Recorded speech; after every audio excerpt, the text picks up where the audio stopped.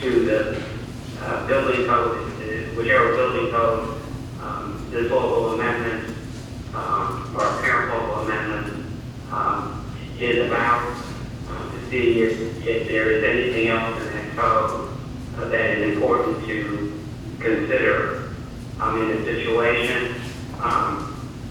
If it turns out that this is fully applicable, then the next step would be for the applicant, assuming that we felt that we could do so, to go ahead and apply for the relocation permit.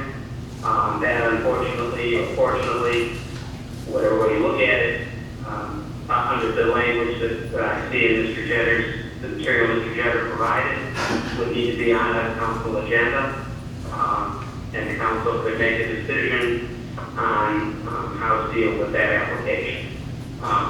We're just not there. Okay. But I will get something to Ms. Vernon as soon as possible, in order to allow it to be provided to the governing body, and that'll move us forward with it as quick a pace as we can.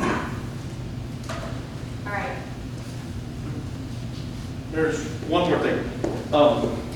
Prior to tonight's meeting, my client shared with me a recent photograph, and that I won't be able to actually print, but someone has put within Landis Drive a particular sign which seems to indicate that it's for residents only. But I would like to see, or I'd like to figure out who actually put that up, or how that got put up.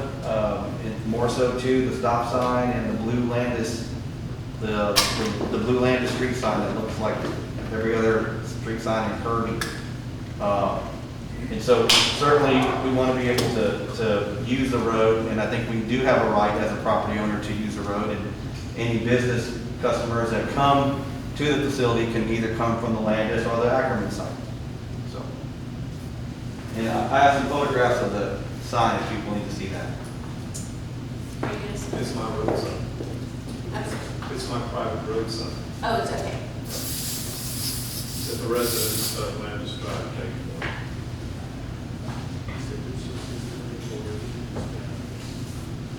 Did you hear that, Mark?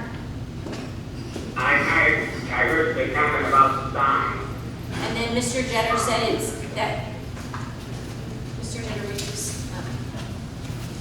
That's a private road sign. It was been there forever. We had kids sign, it said private road on there. Recently, since somebody says it wasn't a private road, I decided to go ahead and have us purchase signs so everybody that pulls into the church that thinks it's an entrance to the church, they know it's a dead end and that it's a private road for residents along Landis Drive, okay? Another thing I'd like to clear up to them is the fact that her address is off Ackerman Road. Her property is an Ackerman Road address.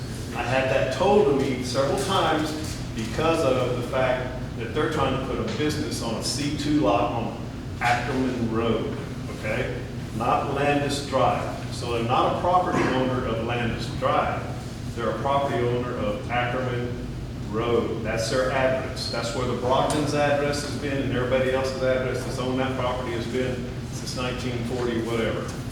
Brogdon, whoever owned it before that, it was Ackerman Road, not Landis. Also, the sewer, there is no sewer hookup that comes from that property to our private sewer easement that the property owners paid for, and it was sized and engineered for the houses that are on there now. I myself could not hook onto that. I had to spend $10,000 putting my own septic system in because I couldn't use the line that was there. It's too small. The water lines running to the house are too small. They tie something else onto that water line or that sewer line. We need to have all our lines revamped at the expense of Kirby, sewer and everything. If it's going to be considered public now, not private, okay? So that being said, that trailer house and that property, yes, it did have city water at one time. It came off Ackerman Road. Y'all just hadn't figured out where it's at yet, okay?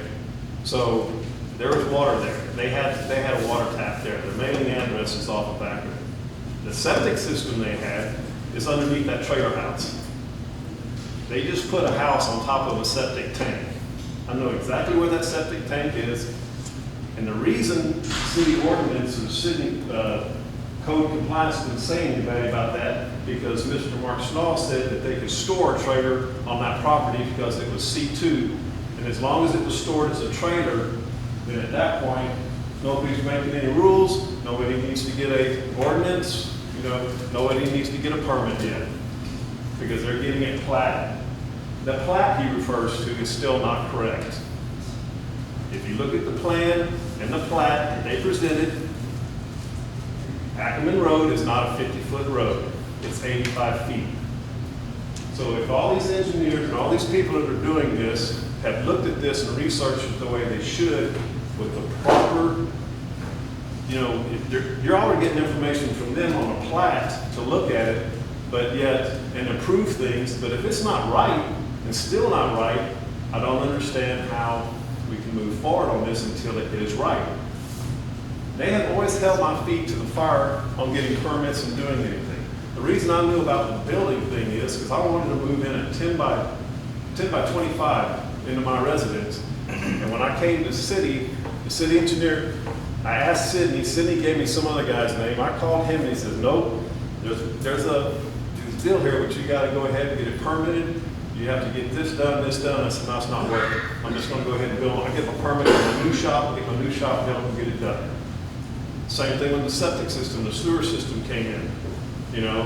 I paid for city sewer for almost 20-something years, and guess what I didn't have?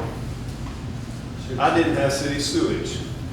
I was hooked on the abandoned septic system that nobody knew about. It had never been filed with the city properly because it was back in the 40s when they did this. So I ended up having to get the property. Mr. Snall helped the church draw up the property plan so that I could get the easement changed to where I could put a septic system in back there, got it permitted, did everything I needed to do. It cost me thousands of dollars to do it. But I did it the way it should be done, and I asked questions before I ever started a project in Kirby. I asked people, I talked to people, what do I need to do? How do I need to do this?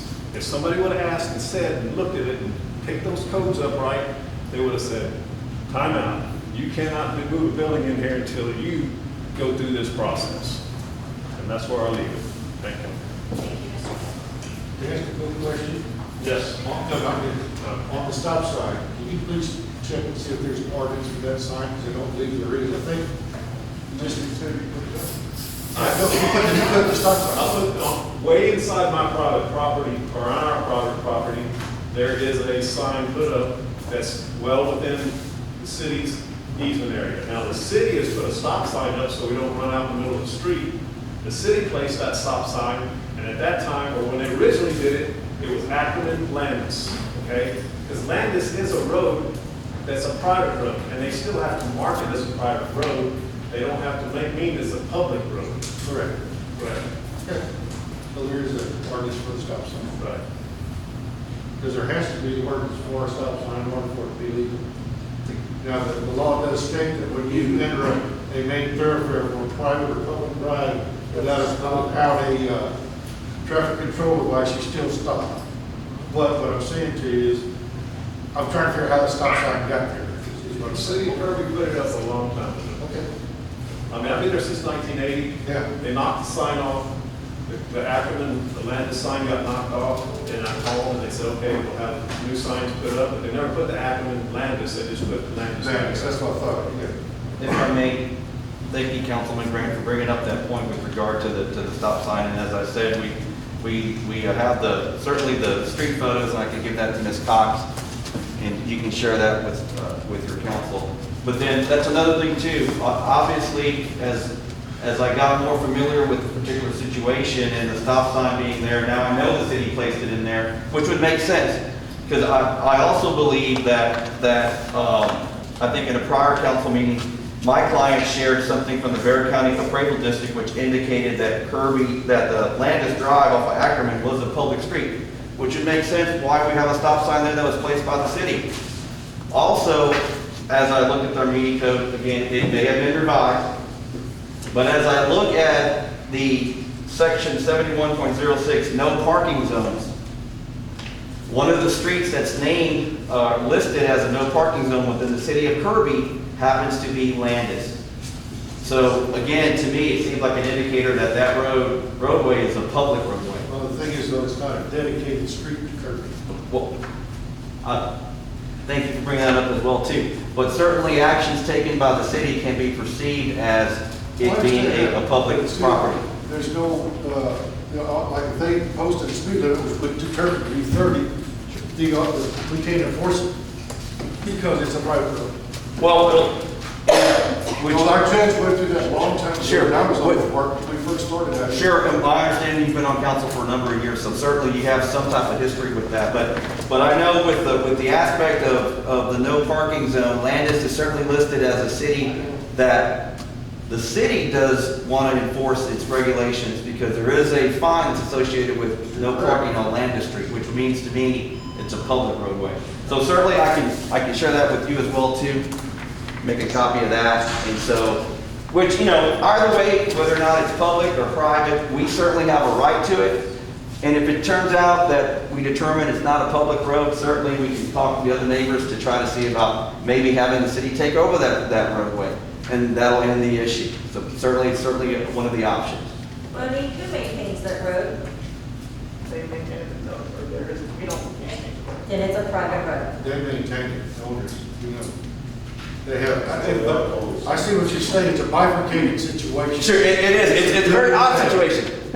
Because when we first started the department out here, I was on that department, the initial one. Yes, sir. And for some odd reason, at that point in time, there was still a lot of things that went on down at the end of Landis Road. Yes, sir. And we tried issuing tickets, and every one of them got kicked. There was a problem. It was large. And you know, and so if you notice, there's no speed posted. Yes, sir. And you're correct about the parking thing. I saw that and I went, Sure. what we're doing, by perception, we're saying it's a public road, and I get exactly what you're saying. Yes, sir. The thing I looked up, it had way back looked up, with Tina, or before her, Zena, was the fact it wasn't ever dedicated. And it's only, it's an easement private to the residents, is the way it's listed.